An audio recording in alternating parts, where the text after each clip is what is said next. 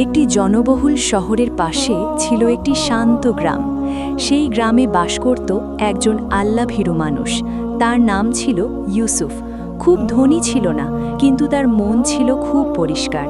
5 ওয়াক্ত নামাজ, সত্য কথা বলা আর মানুষের উপকার করা, এই ছিল তার জীবন। একই গ্রামে আরেকজন মানুষ ছিল। সবাই তাকে ভয় পেত। তার নাম ছিল করিম, কিন্তু মানুষ তাকে ডাকত চোর করিম নামে, কারণ সে ছিল এক কুখ্যাত চোর।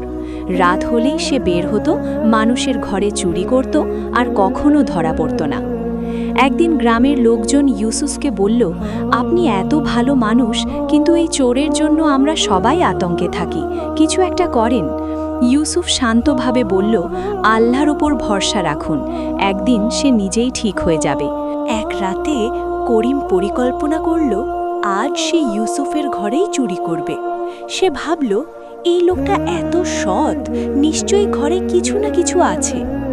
রাত গভীর হল, চারদিকে নীরবতা। করিম চুপি চুপি ইউসুফের বাড়ির দিকে এগিয়ে গেল। দরজা আস্তে করে খুলে ভিতরে ঢুকল। ঘরের ভিতরে অন্ধকার, কিন্তু এক কোণে হালকা আলো জ্বলছে। করিম ধীরে ধীরে এগিয়ে গিয়ে দেখল ইউসুফ নামাজ পড়ছে। তার কণ্ঠে দোয়া ভেসে আসছে, হে আল্লাহ, তুমি আমার ঘর, আমার পরিবার, আমার ঈমান হেফাজত করো। করিম থমকে গেল। সে এমন দৃশ্য কখনো দেখেনি।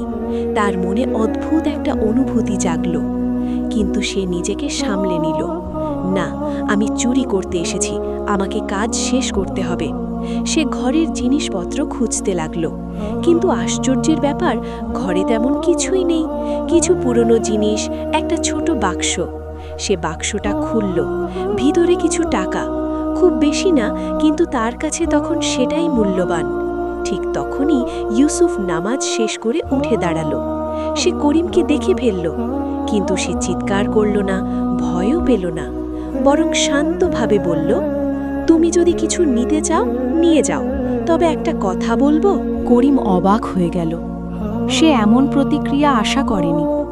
সে বলল, তুমি আমাকে ধরছো না কেন? চিৎকার করছো না কেন? ইউসুফ মৃদু হেসে বলল, আমি জানি আল্লাহ সব দেখছেন, আর তুমি যদি ক্ষুধার্ত হও তাহলে নেওয়াটা তোমার জন্য প্রয়োজন হতে পারে। এই কথা শুনে করিমের ভিতরে কিছু একটা ভেঙে গেল। সে জীবনে প্রথমবার নিজের কাজ নিয়ে লজ্জা পেল। সে বলল, আমি চোর, আমি খারাপ মানুষ, তুমি আমাকে থামাও না কেন? ইউসুফ ধীরে ধীরে তার কাছে এগিয়ে এলো। বলল, কারণ আমি বিশ্বাস করি মানুষের ভিতরে ভালো কিছু থাকে, শুধু সেটা জাগাতে হয়। করিমের চোখে পানি চলে এলো। সে বলল, আমার জন্য কি কোনো পথ আছে? ইউসুফ বলল, আল্লাহর দরজা সব সময় খোলা। তুমি যদি সত্যি ফিরে আসতে চাও, তিনি তোমাকে গ্রহণ করবেন। করিম কাঁপা কণ্ঠে বলল, আমি কি ক্ষমা পাব?